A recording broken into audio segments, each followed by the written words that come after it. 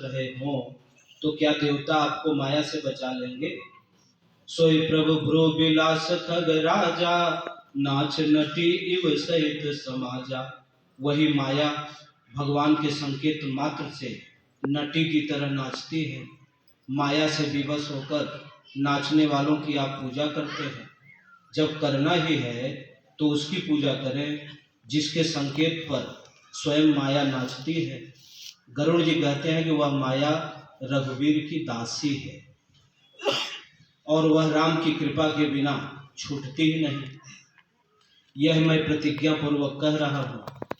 अतः उन एक परमात्मा का भजन करें जो मायाधीश हैं, जिनके लिए मानस में बारंबार संकेत किया गया है।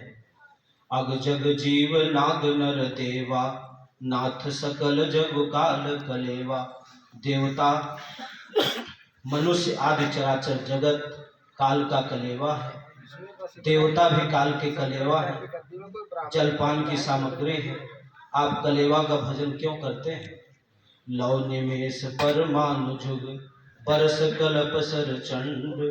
भज सिन मन ते राम को, कालु जास को दंड। तात राम नहीं नर भूपाला, भुवनेश्वर कालहु कर काला। काल के भी काल, जगत के स्वामी भगवान राम का भजन क्यों नहीं करते। जो स्वयं मरण धर्मा है वह आपको मृत्यु दे सकता है, मृत्यु से बचा नहीं सकता।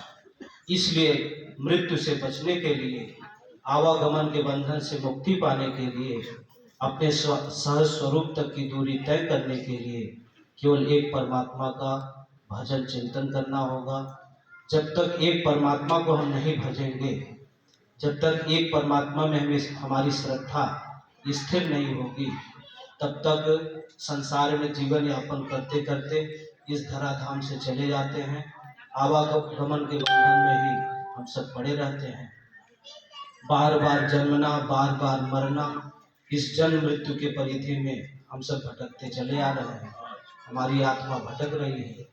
तो इसलिए अपनी आत्मा के उद्धार के लिए, अपने स्वरूप की प्राप्ति के लिए हम सबको एक परमात्मा का भजन करना होगा, चिंतन करना होगा, एक ईश्वर के नाम का जप करना होगा, ओम अथवा राम। जो जो नाम जपते जाएंगे तो धीरे धीरे भगवान में श्रद्धा बढ़ती जाएगी। गुरु महाराज के चरणों में मन स्थिर होता जाएगा।